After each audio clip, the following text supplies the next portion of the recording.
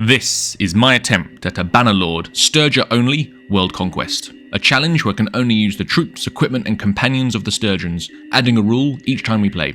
This time, no smithing, no bow, and no riding. I will be fully committed to playing the part of the infantry specialist faction, and although I will recruit cavalry into my party, I will not be riding a horse myself, making every element in the game more challenging. Reducing mobility on the battlefield, affecting my ability to micromanage and command troops, I won't be able to flee situations I put myself in, and most importantly, the prisoner escape perk that stopped me from locking lords up permanently, prolonging wars dramatically.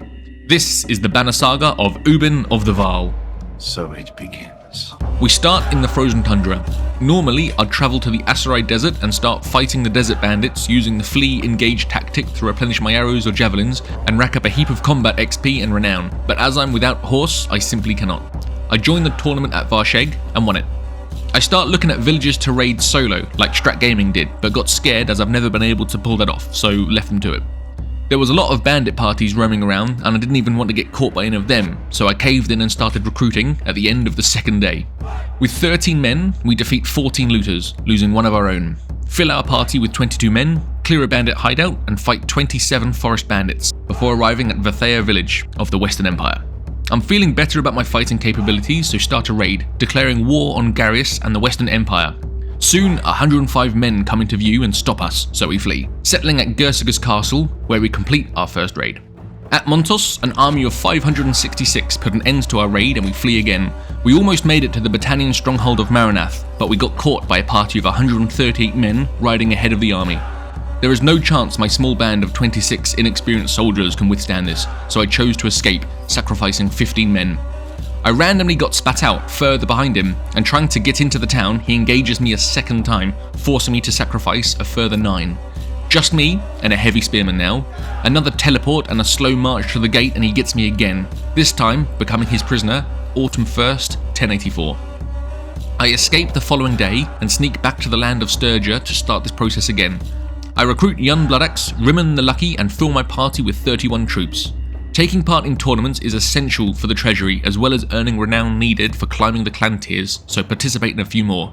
I had a moral dilemma about the use of crossbows this playthrough, but ultimately agreed to use it as it is not a bow and is a separate skill altogether. The horse I spawned on, however, is definitely not allowed, so dismounted that straight away. While raiding Carfenian, I didn't spot the party of 95 coming towards us, so got caught out again. Our lack of experience let us down, killing only 7 of them and losing all my men again. Becoming a prisoner, Autumn 16, 1084. After escaping a few days later and gathering a party again, I clear a bandit hideout and reach clan tier 1 on the 4th of winter, 1084. I need a larger party if I'm to have any sort of success on the battlefield. I fill my troops to the maximum of 56, including new companions, Taylor Longknife and Henry Cavill Breakskull. Needing money, renown and combat experience, I head to more tournaments. I get a cool javelin headshot tournament win at Teal and meet Mutton. She's the first channel member I found, but she got knocked out in round 1. Unlucky Mutton. I've named clan leaders after channel members. More about how you can join for as little as £1 a month at the end. After more raids, I feel brave and take on a larger party. 55 versus 94. My confidence only went so far as we were totally crushed, dealing out only 13 kills, becoming a prisoner for the 3rd time this year in winter 15, 1084. I escape but get caught by a faster army, becoming a prisoner again, escaping on winter 20th. Just in time for the Caldaria New Year's Eve party. A year has gone by since the start of the game. The Khuzait have taken Amprella from the Northern Empire, but everyone else has remained. Our war with the Western Empire remains, as raiding villages and fighting small bands of enemies is a huge boost to income and experience for me and the troops. One more raid and we reach Clan Tier 2 on Summer 10, 1085. I recruit a Kidra Willowbark and fill my party with the current maximum of 91 troops. I see a party of 53 and fight them, winning this time and suffered no deaths. While raiding Phazos, 2 smaller parties were circling me, waiting for a chance to attack, but they signed a sponsorship deal with Britannia and left. We defeat Henry Cavill in the next tournament and win a 15,000 Danar helmet. I also see Diddy, one of the channel members, win a tournament in the battlefield and Mr. Pumpkin get given a castle. Keep up the grind, lads. At Teal, I spend 15,000 Danars setting up a caravan for Henry Cavill to run and send him out. It takes him mere seconds before he is taken prisoner though. I win a 91 versus 92, a 97 versus 163, and an 85 versus 168, and reach Clan Tier 3 on Summer 3rd, 1086. Now, my main goal is finding a wife to continue the Banner Saga. I help Valcarva from Michelle Aromi's clan escape prison, but she's already married, so that was a waste of time. I meet Heyo, clan leader of the Khuzaits, and stop to say hello. His eligible bachelorettes are incompatible as they are from a different culture. That sounds worse than it is, but this is specifically a Sturgia only run. I found our next companion, Alguna the Accursed, and sent Rimmon the Lucky and Henry Cavill Breakskull out to lead their own parties to gain steward experience that will come in handy later when I call upon them to follow me in an army. I have 131 men in my party, and before long, find a lost king. I jump at the chance to face Garius and line up against his 189. He outnumbers us, but I see half his party are recruits. The battle was a landslide victory. He was the last to fall, and we only lost 11 of our own. After our victory, Mutton got one of her own. In the battlefield, I see she takes Clouded Minds prisoner. I see Jonathan Abrams and speak to him. He has a niece, Apollania, the granddaughter of Olek the Old, another Bannerlord with the Banner Saga of their own in 1077 after destroying the Banner Saga at the Battle of Pendriak. It is a perfect match, and I promise Jonathan Abrams I will give her a crown for a queen, crush her enemies, and conquer the world for her. He says 21,000 dinars is fine, so we just went with that. We got married on autumn 2nd, 1086, and she fell pregnant 5 days later. Distracted by women, I forgot to pay wages. The treasury has run out and we're losing morale. Ransoming prisoners is a good way to make money, but not at this rate. We must continue to fight to make our money. We are victorious in a 144 versus 88 and find a new channel member, Karia Una. They are fighting for the Western Empire, so I eagerly meet them to say hello with my sword in a 144 versus 114. It was a pathetic first impression. Only one of ours got wounded and we took the whole party. Thanks for the membership though. Raiding villages is another good source of income, but it has come with complaints, particularly from companion Taylor Longknife. I dismiss her complaints as nonsense, but after raiding Agoska and wages not being paid again, she decided to leave my party. Rimmon the Lucky was then captured and Emperor Garius escaped from my party. This all happened within 6 days of each other. The following week, I spot in the battlefield that Karia Una actually died in battle, ending their story before it even begins. One bit of good news though, we became tournament master after 39 wins on winter 20, 1086. After New Year's, on spring 2nd, 1087, Apollania gives birth to a healthy baby. In honour of our fallen comrade, we name her Karia Una Jr. to continue their legacy. Looking at the map, I see Onira has rebelled. We are clan tier 3 and are almost ready to take our first properties. Ideally, our first one will be a rebel town nearby the Sturgian lands. Onira is just too far away, so we'll have to wait for a better opportunity. We recruit Vladim the Fish and raid Hertagia, when several parties gather round us and attack us. It turned into a 133 versus 335 fought in the village itself. I did get knocked unconscious, but we fought on, killing all hostile soldiers and only lost 36 men. Having faced such a large opposition of more than double our number, I am confident in my troops and my ability to coordinate them. I find more stray parties and fight in a 120 versus 264. I had the high ground and it started off well, but our infantry was defeated and I went down, leaving 24 men to fight, including 20 Drazinic champions, against 103 Imperials. Wave after wave of our charges whittled them down until there were 4 champions versus 4 infantry. 4 of the best cavalry units versus 4 of the best cavalry counters, the Manevlian. After a few bouts, there remains only 1 champion and 1 Manevlian. Our champion got several good hits in, but was then dismounted, and all it took was 1 swing at the face to end this duel of the fates, imprisoning us on summer 9, 1087. Escaping a few days later, I realised that the battle pushed us up to clan tier 4. We are now eligible to create our own kingdom and begin the preparations for a world conquest. But we need to own land before I can call myself king. There have been minor changes to the map. The Aserai take Donistica from the Southern Empire. The Khuzait have taken Umbrella from the Northern Empire, who have taken Seanan from the Britannians. I send 3 parties out, gathering party leader experience, ready for when the time for war calls, but there is no suitable target yet. Still, I am struggling with funds and have 0 dinars. I fill my party and raid more villages and accept the revenue farming quest from my new relative, Jonathan Abrams, and recruit Melia Longknife, filling all 7 companion slots for the first time in history of my time in Bannerlord, I think. I find a force more than double my own and make the conscious choice to fight, even though this confidence cost us dearly last time. 181 versus 407. This force is made up of majority archers, 168 of them, which matters very little to the Sturgian shield wall. I'll just have to tend to the 147 infantry and 80 cavalry. I'm not sure quite how I pulled this off so cleanly, but we slaughtered those Imperials with only 32 losses on our side. A victory that heralded 18,000 dinars in hard cash. That's not including any loot taken and sold. This is solid treasury income. Our luck continued as Seanan rebelled. It's not quite in the perfect location, but this is the only opportunity we have. We marched to strike. By the time we got there, however, the Northern Empire had set up their siege camp and took it.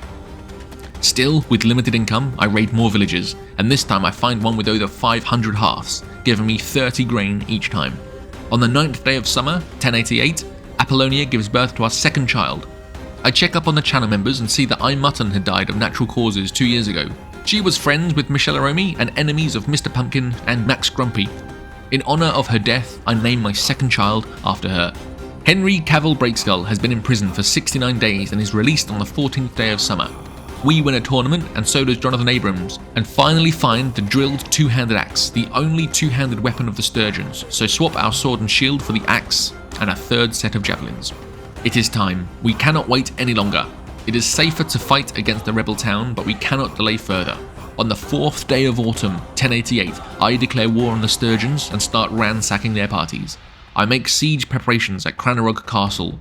We used only ladders, but we overwhelmed the 228 defenders, and only 15 of our 181 fell, thus giving birth to a new kingdom in Caldaria, led by Ubin of the Vaal, king of the Sturgians. We chose this war so that recruitment and replenishment of Sturgian troops would be easy, and to start attempting to persuade their clan leaders to join my kingdom, as being at war and taking their homes encourages the shift. Now that we have unlocked the kingdom panel, I can see what I'm up against. Our troop strength is 623, and Sturgia has 7,176. Western Empire, Khuzait, Aserai, Northern Empire, Southern Empire and Britannia all follow. We have literally started a fight with the most powerful faction. Almost instantly, a huge force of 1,257 besieged our new home with us and our 328 inside. We only had enough time to build one mangonel, but for some higher intelligence reason that I cannot comprehend, I remove it from the wall. The enemy has already decided to start the attack, so the game is effectively on pause until we fight. But now the catapult needs time to be reinstalled, time that is now unavailable. If the odds were against us before, it is now far worse. I had summoned Akidra Willabark and Rimmon the Lucky who were running parties, but they did not make it in time. I accept my challenges and fight. It was not a good battle. I got knocked unconscious and we lost a hopeless defeat. I only noticed now that we were fighting against channel members Luke and Michelle Aromi. We lost our home and become a prisoner. Autumn 12, 1088. That very same day, but in his own battle, Rimmon the Lucky was lost in combat and died in battle. I escaped captivity after 3 days, but got caught up by another party and had to submit again. I escape after another 4 days, but get spat out in the lap of Jonathan Abrams, my wife's uncle, but that doesn't seem to mean anything to him. Back in chains for a third time. I like that it took an army of 1,243 to imprison me on my own though. That level of force can only be a compliment. I escape after 6 days. Sturgia and Vlandia are at war, and I manage to escape using Totoroto 187's army, as the Sturgians are too scared to engage him. And finally, with 539 dinars to my name, on the 5th day of winter, I make peace with the Sturgians, costing 1,200 per day. In the battlefield, I see Totoroto 187 died in combat, fighting valiantly. He was crucial to my recent escape. I will remember you fondly, sir. I recruit Tora, the Shield Maiden, and gather my companions back after being spread out after the defeat of Cranarog Castle, and continue building our forces back. Baby Courier Una turns 2, and we ventured back out into the hostile Western Empire for battle loot opportunities. We find Emperor Garius while raiding a village, and he is coming straight for us. He slightly outnumbers us, but I am confident, and my men would benefit greatly from this experience of a battle like this. Checking his party, he has a lot of experienced troops, including 54 elite Manavlians, which caused the defeat earlier against my elite cavalry. We had the high ground, and it looked like it was going well. I think it came down to our lack of experienced troops compared to their higher trained ones, because I got knocked and we lost the battle, becoming a prisoner on the 11th day of spring, 1089. Now we have 10,000 dinars debt, and our total kingdom troop strength is 4. The Khuzait are now leading the way, followed by Sturgia, who have been fighting them to reclaim lost land. Everyone else has changed places too. Our debt grows to minus 30,000 dinars, but we manage to clear it after fights and clearing hideouts. Then we see our chance. Seanan rebels. It is Britannian land, but I think it's close enough to Sturgia to be acceptable, and I won't be at war with an entire faction, just the rebel clan. So taking this will bear little consequence. After building an amateur army of 313, I am delighted to see that we are fighting against 128, an easy win, so much so that only 10 of ours die. We raised the flag on our new home of Seanan. We are victorious, but we have sunk back into debt. We venture out and fight one of the rebel clansmen when we receive news that our home is under attack. The force is larger than ours, but I do not want to lose my home again. It's a 448 versus 753. It was a close fight and ended up being a 15 versus 15, but ultimately we lost. We saved the town but lost the battle, becoming a prisoner once again on Winter 10, 1089. Just before we escape, Britannia declares war on us. Later that same day, the Northern Empire declares war too. I'm desperately trying to build up a force and clear my ongoing debt, but by the time I am able to recruit 44 men, Seanan is taken from us by Britannia. Another home lost. With my small force, I catch up with a caravan and clear my 10,000 denar debt with the loot. The Western Empire send a courier and offer us 620 per day in peace. I accept as there are 3 wars and this will help our income stability.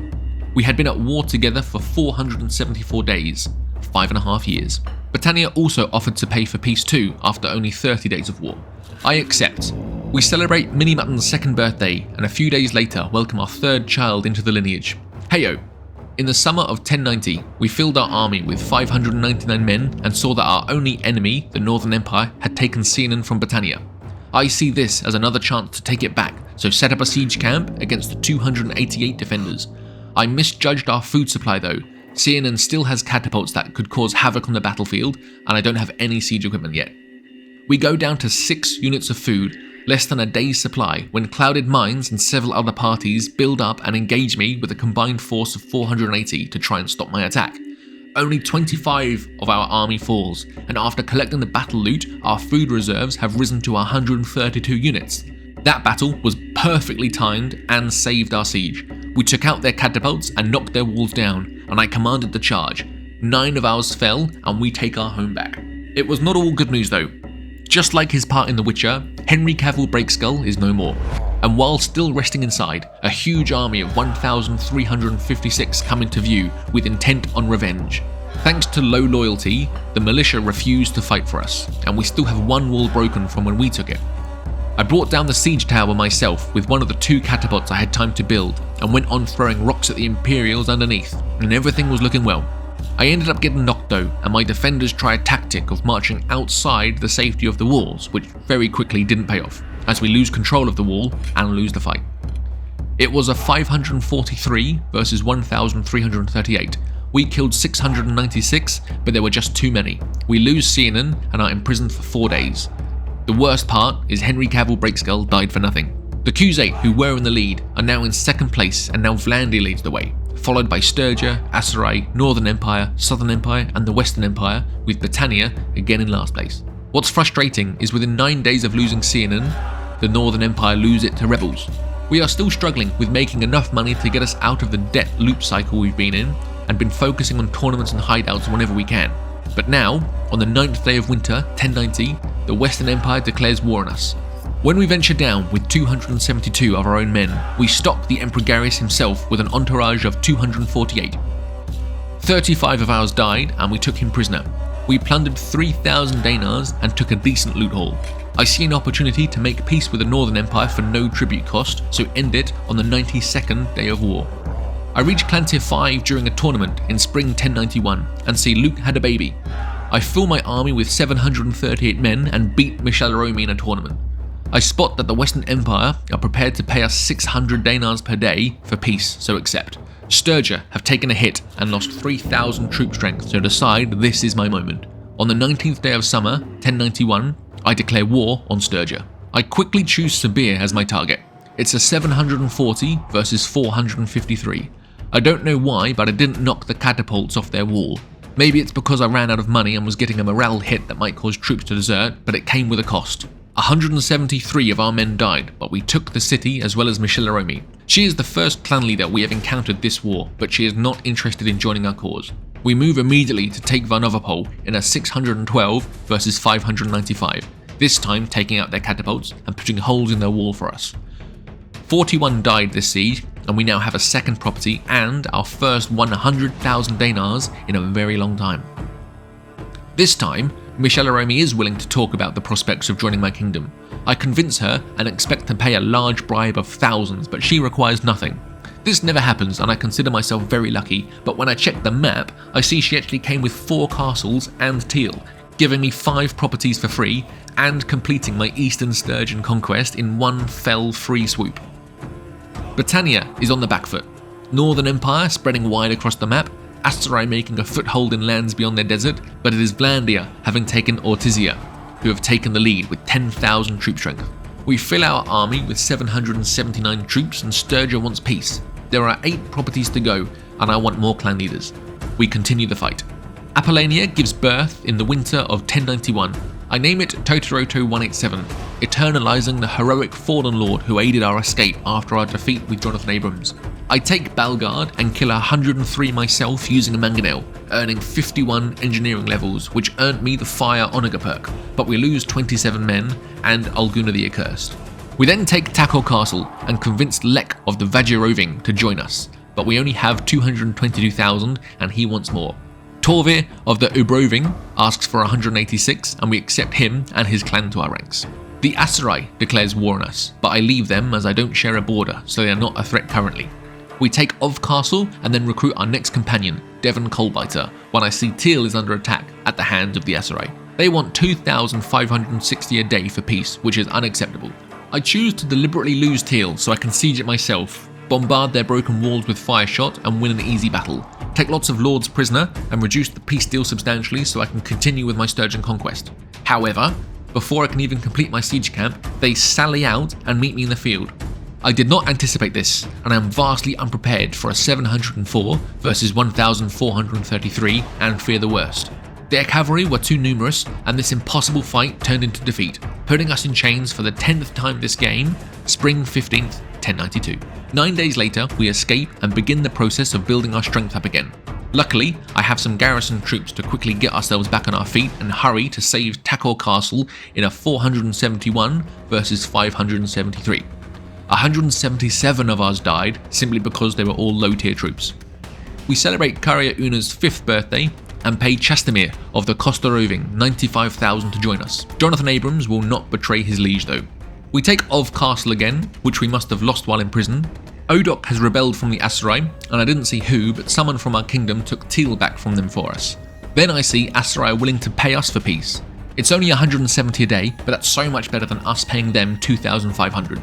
We fight and defeat Luke, then the Khuzait declares war on us. We take Varsheg, and then the Western Empire declares war.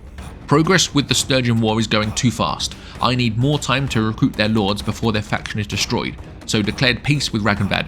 Western Empire wastes no time and starts the siege on our latest prize. It's a weird army composition, including 46 infantry and 325 ranged. I am a shield wall specialist faction, so fight them in a 724 versus 406 and come out with 5 deaths. Silly Sir Vipon. We take Omar and see that the Khuzait have been at work on our eastern front. They have already taken Kaysar Castle, Uriksala Castle, and are currently preparing to attack Dinar Castle. We save Dinar Castle from harm in our debut clash with the Horse Lords and take Uriksala back. Torva is here to help, and he set up a siege camp at Kaysar Castle.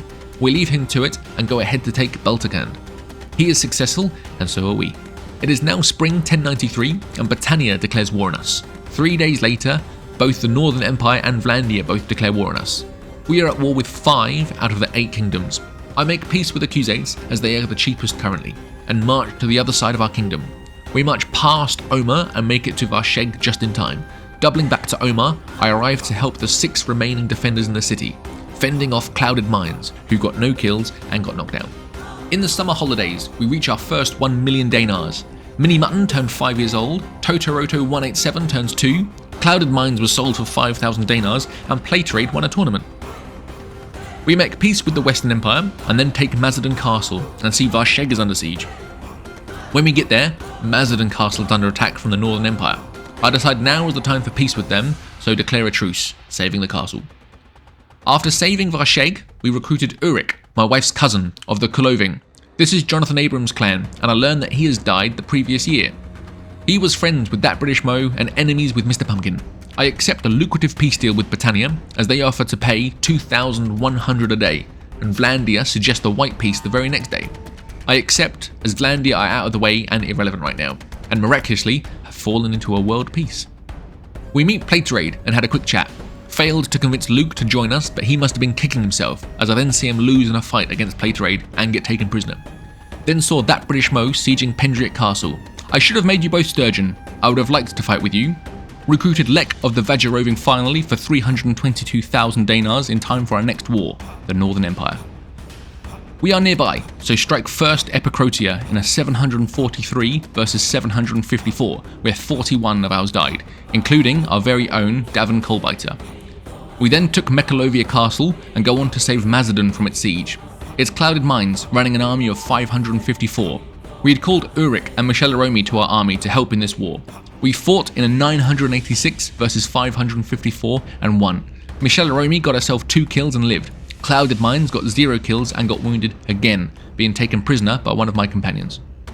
We're moving up. We currently have 5,914 troop strength, and Vlandia have been knocked off the top spot by the Aserai, followed by the Accusate, our enemies the Northern Empire, Western Empire, Southern Empire, Britannia, and Sturgia. We take Utherlane, and Vara's army takes Slintog. We lose Mekalovia Castle but take it back. Vara takes her army to Gersigus next but gets defeated. We convinced Luke to finally join us, and we took Karbenzeth. We were heading to Osterkon to pick up another companion, but King Durtha declares war on us first.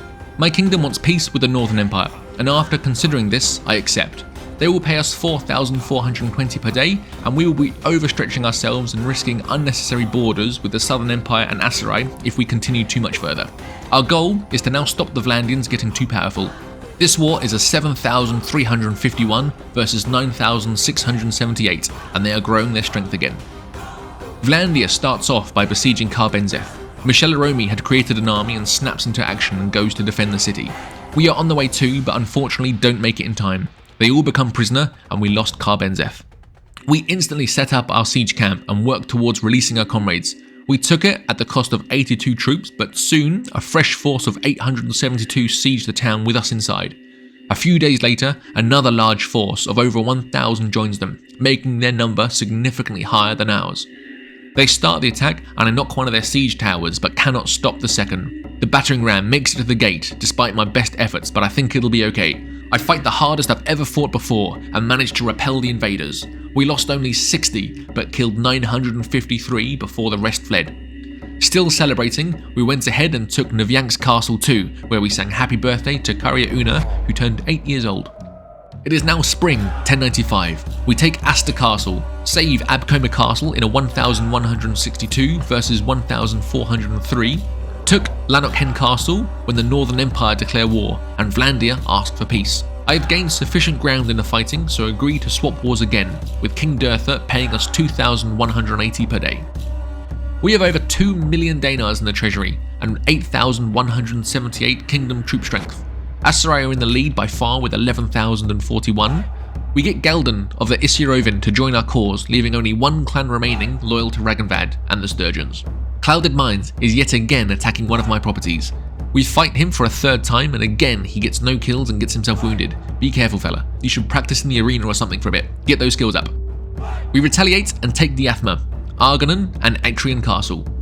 Heyo turns 5, and we give birth to our 5th child and name them after Jonathan Abrams. One of the biggest hurdles for my army is the lack of war horses. 82 Variag are ready for promotion, but I lack the horsepower to upgrade them. Later that year, in winter 1095, Vlandia declares war on us again. We continue our pressure on the Northern Empire and ignore them for now. We take Sinopia and meet our ex-wife Yana from the Crusade-only Conquest. She is married into the Northern Empire and is leading an army. I fight her in a 736 versus 464 and defeat her. We take Varagus Castle and lost Atrian Castle. Michelaromi is besieging Rissos Castle, and we give Sinopia to Luke. Soon, 518 Imperials arrive to take it, but I got to them first. We take back Atrian Castle. Michelaromi takes Rissos Castle, and on the 4th day of spring, 1096, take Gaios Castle, thus ending the Northern Empire dynasty. This achievement came at the same time as Clantis 6 and Leadership 250, where I can issue another party. increasing our clan army size even more. I decide to make peace with Vlandia as I want to fight Sturgia and Britannia first. The war lasted 31 days, but it looks, as my back was turned, they took 3 properties off us. I speak to Vilder of the Togaroving, and he refuses to abandon his king. We have over 10,000 troop strength, and our kingdom of the Sturgeons want war with the Aserai, who are evenly matched, but I say no. It is time to fight our original nemesis and declare war on the Sturgeons. Our army size has grown to 1,144, and we march on Revel with fire and fury. In the siege, against 606, we lost only 3 soldiers, taking the town. Minnie Mutton has her 8th birthday party there, and we play pin the javelin in the Sturgeon's head. We then move on to Ragnvald's last stronghold, Usterkol Castle, and fought in a 1,144 versus 1,060. 100 men died for it, but now the kingdom of Sturgia is no more. Autumn 2nd, 1096. Later that very same day, the Aserai declares war. We will use this war as an opportunity to push the Aserai out of the mainland and back to their desert, then turning to either the Khuzait or the Southern Empire, who we have more troop strength combined. With a full army of 1,150, we march to fight the Aserai. They get the better of Michelaromi and we lose Gaios Castle. Urik had an army and was besieging Mazia, but a support force of over 1,000 enemies stopped him. Our first battle with them is against the 1,172. 127 fell, but that is expected the first time I fight a new faction. We have lost a lot this war already, losing almost 2,000 troops in the first week. We get to take Mazia and take Didi prisoner, but now Britannia declares war on us on the other side of the map. Torvir and his army are there, but he's currently fleeing from that British Mo. Not feeling disheartened, I push on and take back Gaius Castle. That's where our companion, Tora the Shield Maiden, died. I take Melian Castle, where only 3 men died, but now the Western Empire declares war. Britannia have taken Uthleim Castle, and the Western Empire are sieging Vargas Castle. And to top off our bad luck, Vilder, last remaining clan of the Sturgeons, has now fled Caldaria. I'm gutted I couldn't recruit him and his clan, as there were 17 members able to lead parties and aid the wars to come, plus 7 babies to become little lords and ladies of their own. Winter 1096. It has been 35 days of war with the Aserai. Somehow Vlandia are now sitting in first place. I take Cyrenea and make peace. I do not intend to destroy the kingdom of the Aserai just yet, so pushing on further is meaningless. I also make peace with the Western Empire, as the deal is cheap. Now I can go full throttle and focus our efforts on Britannia. On our way to the woodlands, baby Totoroto turned 5. Navyank's castle was taken and our allies in a siege of Uthleim Castle were unsuccessful and captured, but Michelaromi picked up the pieces and took it herself. We filled up our army to 1,151 and start the siege of Dunglanis, where Playtrade stares at us with a look of frightenedness.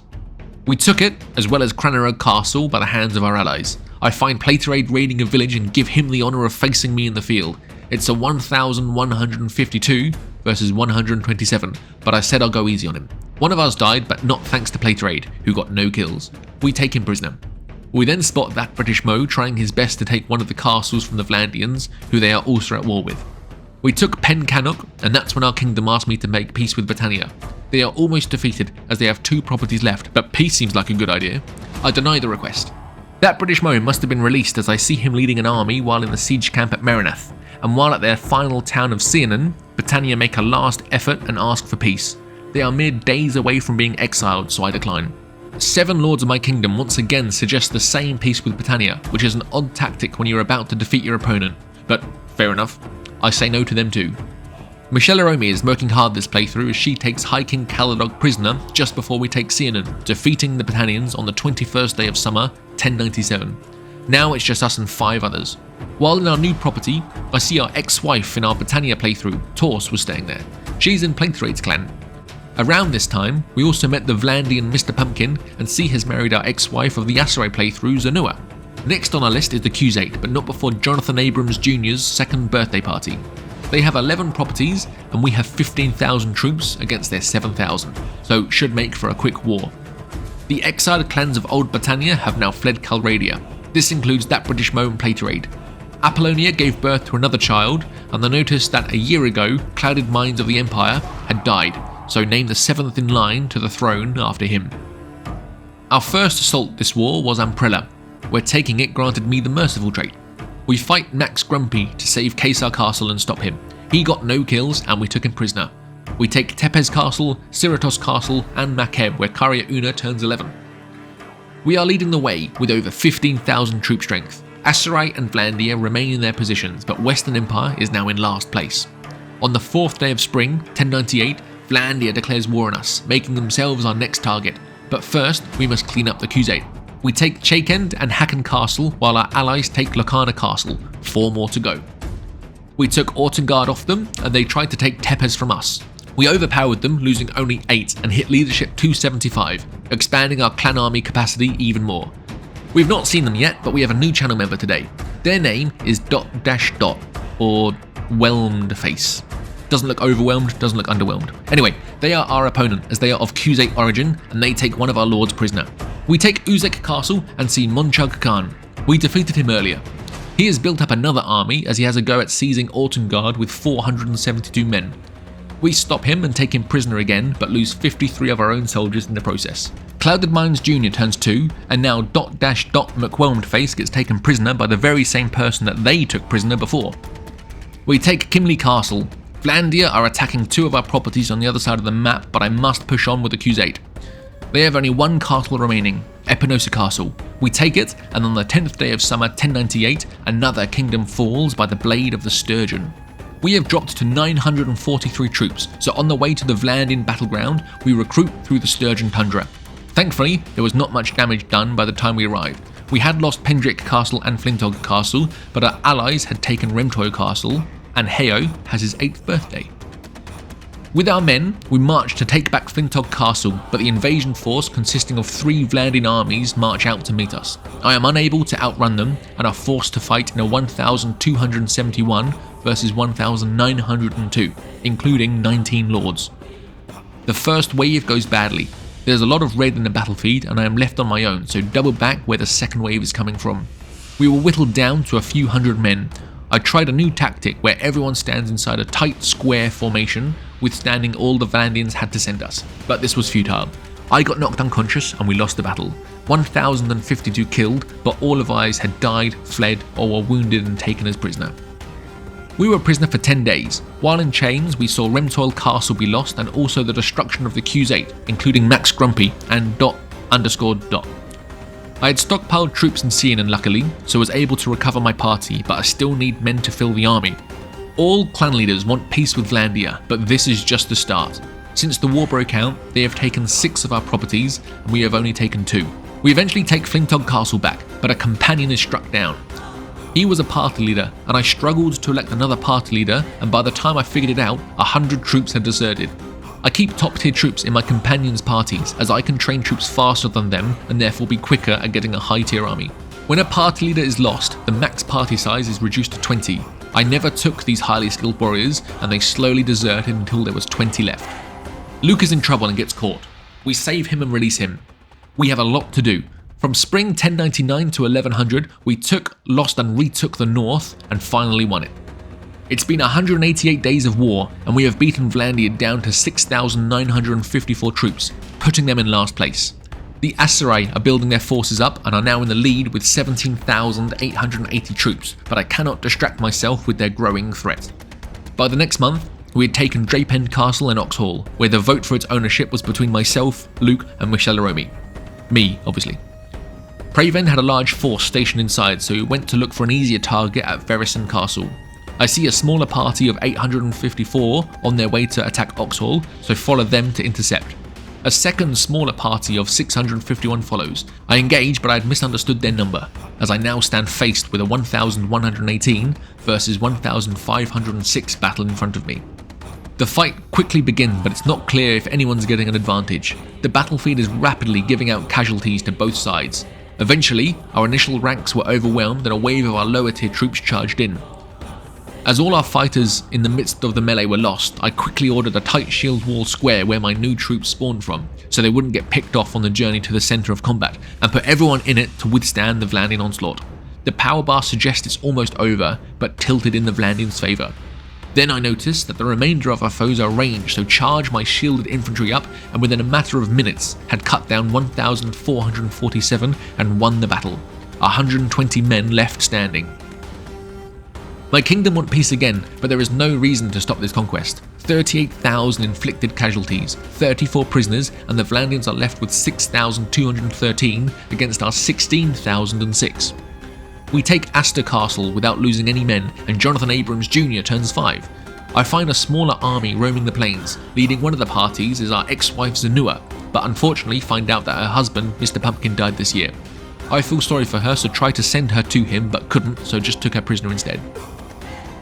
Spring 1101, 5 million in the treasury, and 259 days of war with Vlandia, and a lot of bloodshed, but only 5 more properties to take.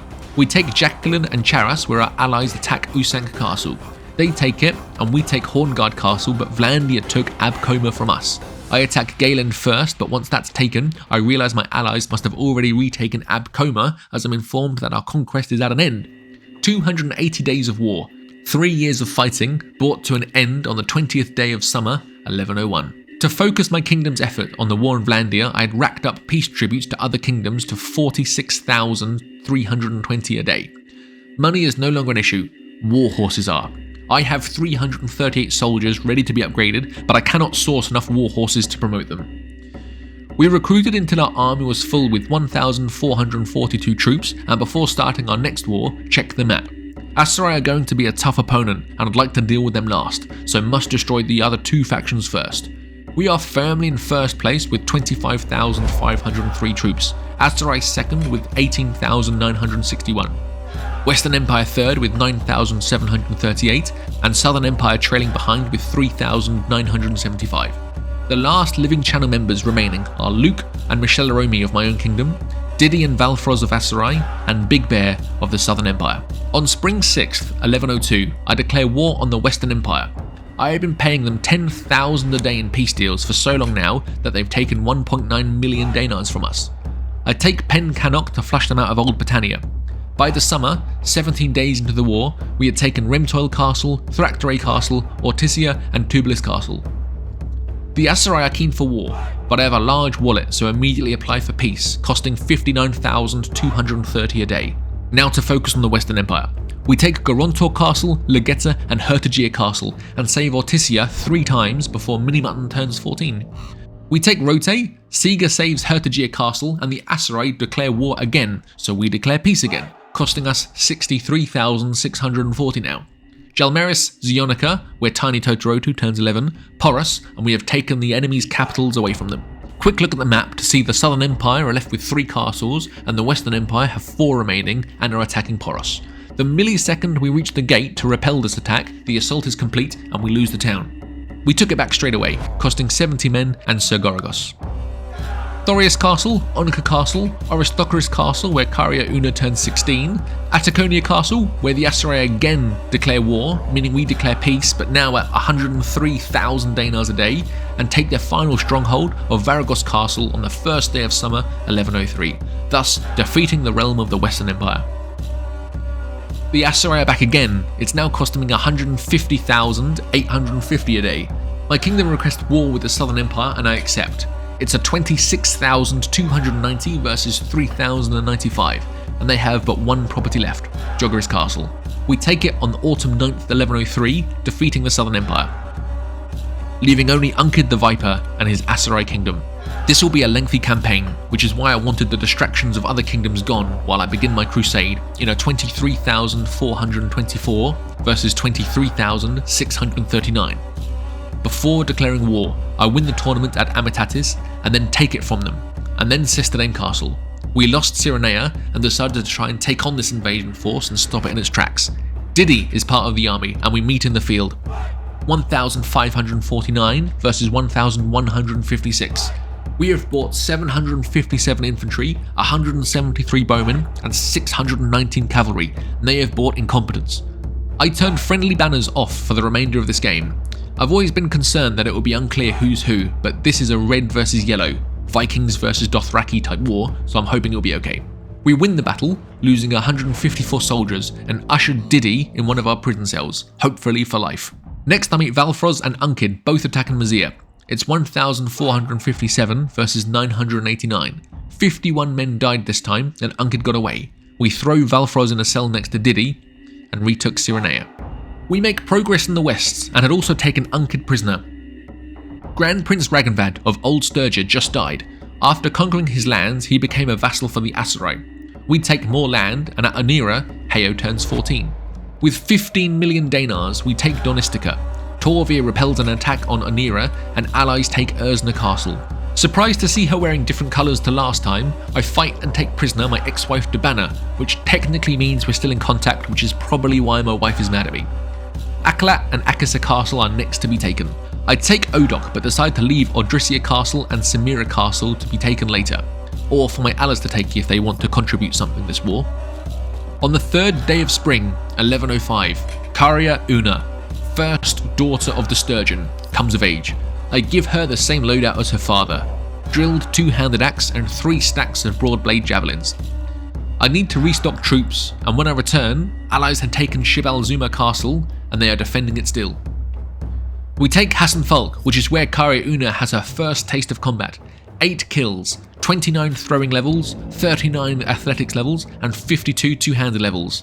That's more than any of the channel members I've faced put together. I move on to the town of Razi, where I played my new favourite tactic of making the enemy think I'm going for the walls, but then bust through the gate at the last moment while no one is there to block us, and attack them from the sides, behind the walls. I have the whole desert ahead of me, and 2 castles left in the mainland to win this war. We have 37,448 men, and the Aserai have 8,306. 15 properties to go. In the siege of Hubya, Karia Una got a bit trigger happy and took out 35 friendly troops in one big hit, but she did end up with 87 kills and plus 135 engineering levels. Vara's army had taken Odrisia Castle and is now going for Samira Castle. Tamna Castle and Iakis fell, and Torva is fighting them from the west. I have over 20 million Danars now and decided to buy all the weapons in the town and donating them for experience. I spent 700,000 and got 150,000 XP for my troops and upgraded 150 of them. I wish I had done this sooner. I'm still waiting on warhorses though. Torvir abandons his siege with 404 wounded soldiers and 5 prisoners. Must have defeated an army trying to stop the siege. Vara's siege of Samira Castle went bad too. They lost the battle and were taken prisoner, including Luke. We take Kasira and Askar, where tiny Totoroto turns 14, and Torvir finally gets his Koyas.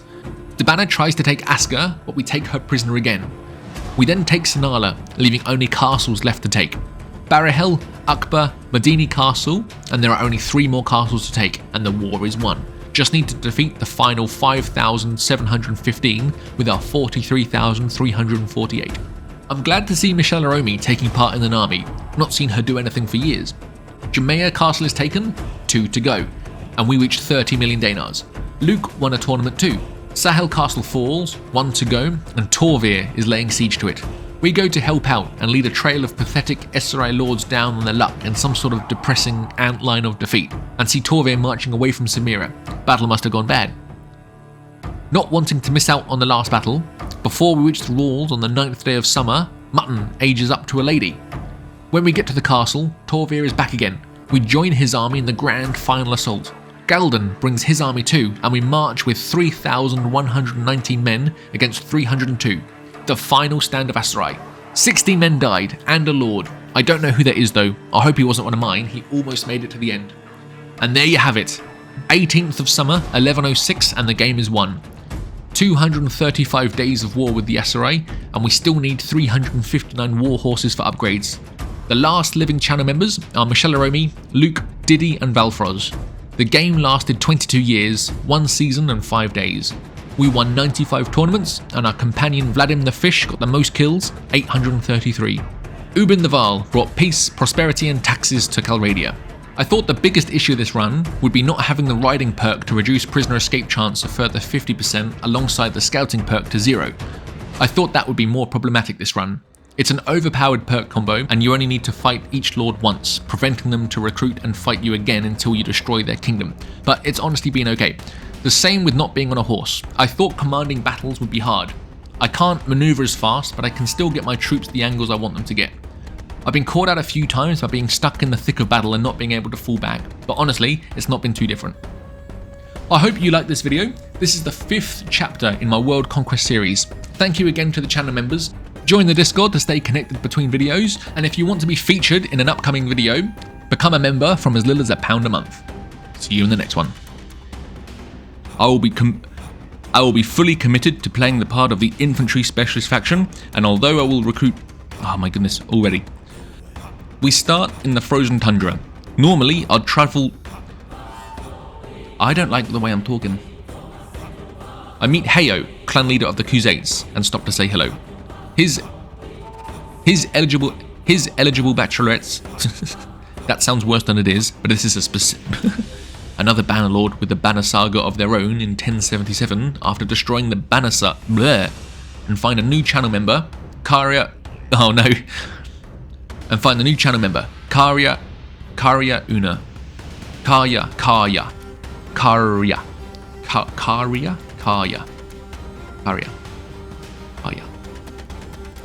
We are victorious in a 144 versus 88 and find a new channel member, Karya. No! Karya. I've been terrified to pronounce this name ever since they became a channel member. Thank you though. Karya. It looks like Karya, I'm gonna go with that. The following week, I got spot in the battle. One good bit of news though,